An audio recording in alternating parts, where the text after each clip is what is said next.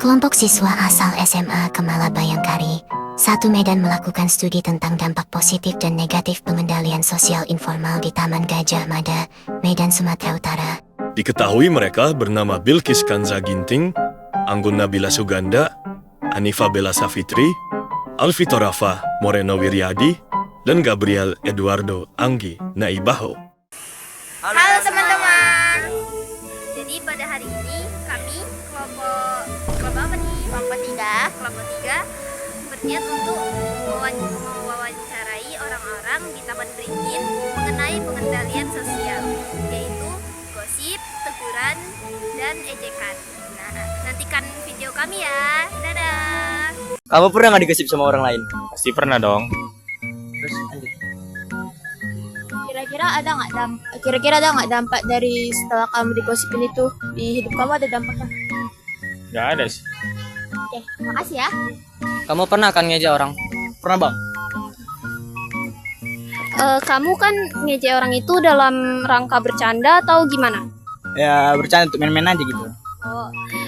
Kan itu untuk bercanda. Kamu ada nggak sih kayak mengharapkan orang itu untuk apa gitu, kayak kenapa kamu ngejek orang itu gitu? Gak ada sih, memang tujuan yang ngeleceh aja. Cuma ngeleceh aja. Eh, Terus gimana kalau dia sakit hati? nggak peduli. Yes. Yaudah, makasih ya. Kakak tahu nggak apa itu teguran? Teguran itu dia kayak peringatan untuk seseorang agar dia tahu kalau dia itu salah. Nah, kakak kan tahu apa itu teguran. Kakak pernah nggak negur orang? Pernah. Kakak negur orang. Setelah kakak tegur orangnya, orang itu berubah atau enggak? Berubah sih. Kebetulan kan kayak teman kakak sendiri, dia tuh kadang kalau bercanda tuh agak too much. Jadi kan ada teman yang lain yang tersakiti. Jadi kakak tegur lah, jangan begitu banget bercandanya, pasti dia tersakiti hatinya.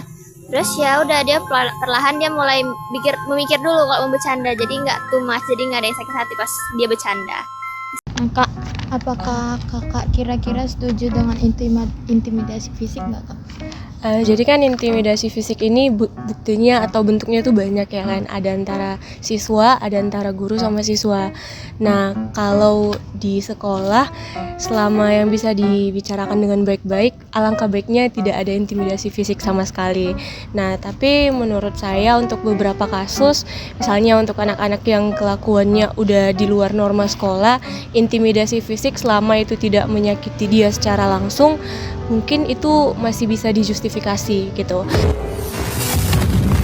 Kemudian yang pertanyaan keduanya, jika teman dekat kakak diintimidasi karena teman dekat kakak ini melakukan penyimpangan sosial, apa yang akan kakak lakukan?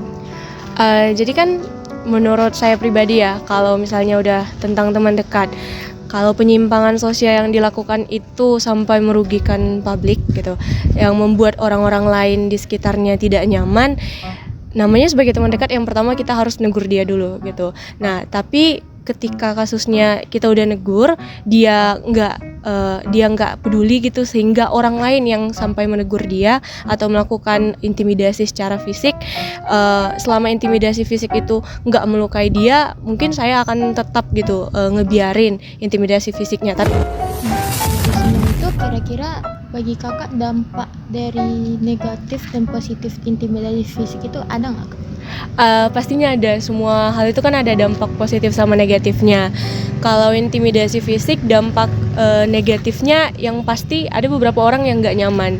Nah, tapi kalau misalnya intimidasi fisiknya dilakukan sesuai dengan porsinya, misalnya untuk anak sekolah ataupun oknum-oknum yang melakukan tawuran misalnya, yang harus memang dilakukan intimidasi fisik, tentunya itu bisa memberikan efek jera ke mereka. Jadi itu dampak positifnya. Ya, kita sudah selesai menonton video yang Absolut Cinema. Terima kasih telah menonton. Dan, Mas.